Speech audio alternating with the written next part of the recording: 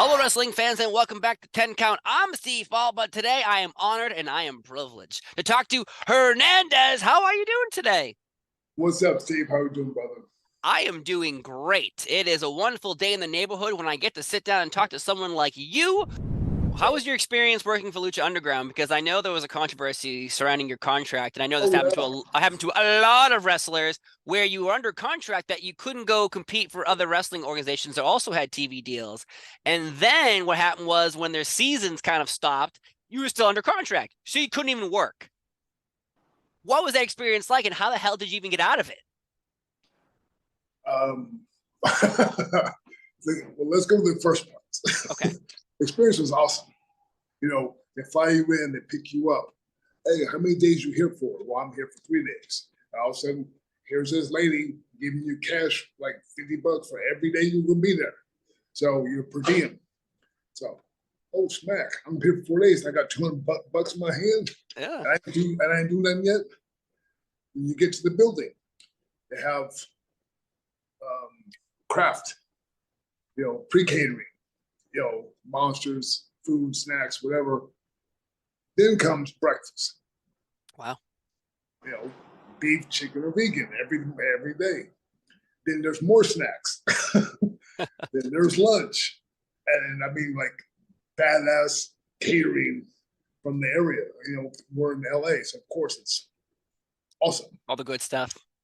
And then, okay, you go to wardrobe. They hand you your outfit that's been dry cleaned for you and pressed. Wow. After your match, you come back, you hand it back to them. They dry clean it again for you the next day. They have dinner for you there, and then whatever beers didn't sell in the crowd, go to the back after the show. Wow. Huh. Then you get, and guess what? Because you're on the shuttle bus and you want to drive. So hell yeah, I'm drinking 8, 9 beers. Yeah, of course. And go back to the hotel with $200 cash still in your pocket. And they have so much overage of food. So I'm throwing Red Bulls in my bag. I'm throwing, of course. Protein bars, everything. To live to fight another day the very next day. That happened for 4 months. Then the hammer dropped. Oh, well, the season wrapped up and we're done shooting. So I'm the first person. What does that mean? Right. Oh, well, we're on hiatus now until December. And what month is this that you're in asking these questions? I'm sorry? So you're saying we're on hiatus till December. What month are they telling you this? Like in October or July? April. April, May. Well, I forgot which time, but okay. It was a good chunk of time. Months. Yeah.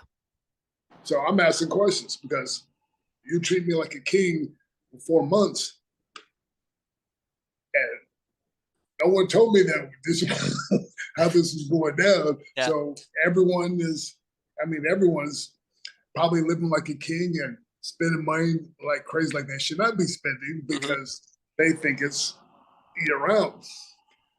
So that's when the hammer gets dropped down. You can't do certain TVs. You can't do pay-per-views. You can't do nothing that's televised at all without going through the office first, which is already going to be a no anyway.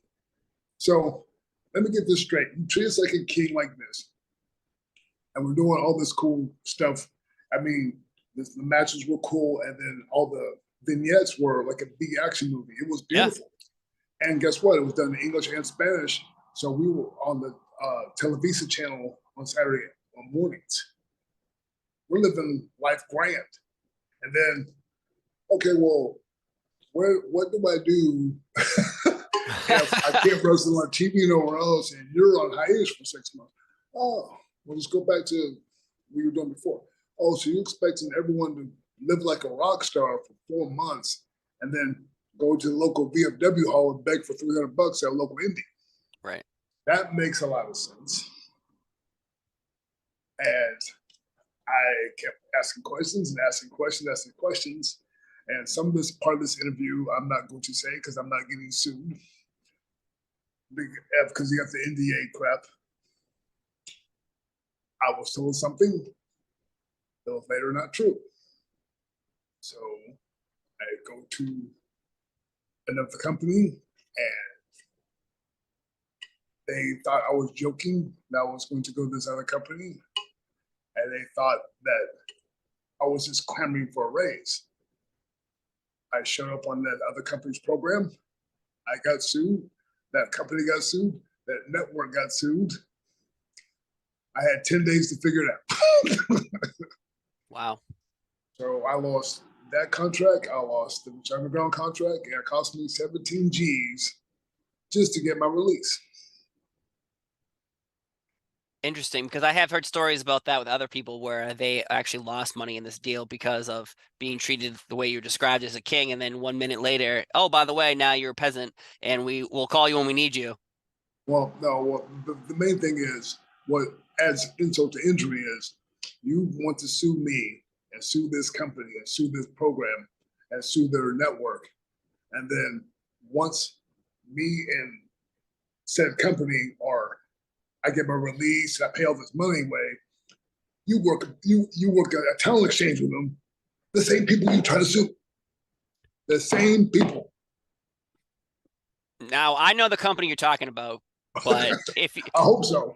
yeah, it's TNA. But I said it, you didn't say it, so I think we're okay there. But yes, the story was, yeah, you thought you were out of your contract with Lucha Underground. You went to TNA, or on TV. Lucha Underground finds out you're on TV, and then what you're describing happens, the lawsuits between both companies. But yet then, after this lawsuit's over, they create a talent exchange, and suddenly everything is, hunky-dory, roses, but yet you ate 17 grand because of them, you making the deal, not them making the deal.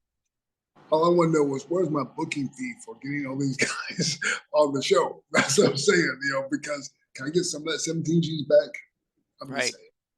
And that's interesting that, so when Lucha Underground did all that to you, were other talents contacting you being like, hey man, like this is crazy. Like, we're trying to get out of this too. How do you get out? You got to pay to get out? Yep. Well, it's not rocket science. You don't just, I have friends in Lucha Underground. So it's not like no one didn't know what I was fixing to do. Right. Everybody, and I do mean everyone that was associated with that time, was like this. What's going to happen? Yeah. And because they were tired of sitting home, tired of losing money because they're treated like a king for 4 months, then 8 months. You have to fend for yourself. And then what I was told before when I was not there, I went back in season 4. Mm-hmm. But so they shot season 2 and season 3 back to back real quick. And that was in 2016. So from 2016 to 2018, all those talents got this much money under contract. Wow. Because they already because they recorded those episodes. They paid you for your work, but now we're just going to air these and oh yeah. Because like Ricochet, Prince Puma, he was one of the big ones, the big names that kept popping up when this all was going on. And like, I guess the story for you is completely different than maybe some other people, because I recall reading a story where a bunch of talent from Lucha Underground got together and sued the company to get out of their contracts because it was technically not legal what they were doing, holding you hostage under a contract while not actually using you, while actually not paying you. So your situation's a little different, I'm guessing, versus the other talents who sued together to get out. Well, obviously, those talents that got out of their contract saw what happened to me, so they wanted to go a route that would help them, and obviously did help them because they were as much as Lucha and the fans like Lucha Underground. And I love Lucha Underground. Don't get me wrong, it was awesome, but once that season wrapped, brother, what are we doing? Right. You're handcuffed. You can't do this, and this. man, you're better off, unloading trucks or doing, manual labor just to make sure that you don't get sued until they can get enough money and enough time slot and creative and all that stuff to make sure they can have another season. Right, because Lucha Underground eventually ended up on Netflix airing old episodes, and I'm guessing that no one got money from that who are wrestlers. Oh, of course. How much that was seen? You got how much did you get? Did you get this much? Oh yeah. Mm-hmm. Oh man. Well, you have shared a lot today about Lucha Underground and Impact and everything because again, when I contacted you, I knew you had a story, but goddamn, you had some meat on that bone, and I ate that shit up, and it was delicious.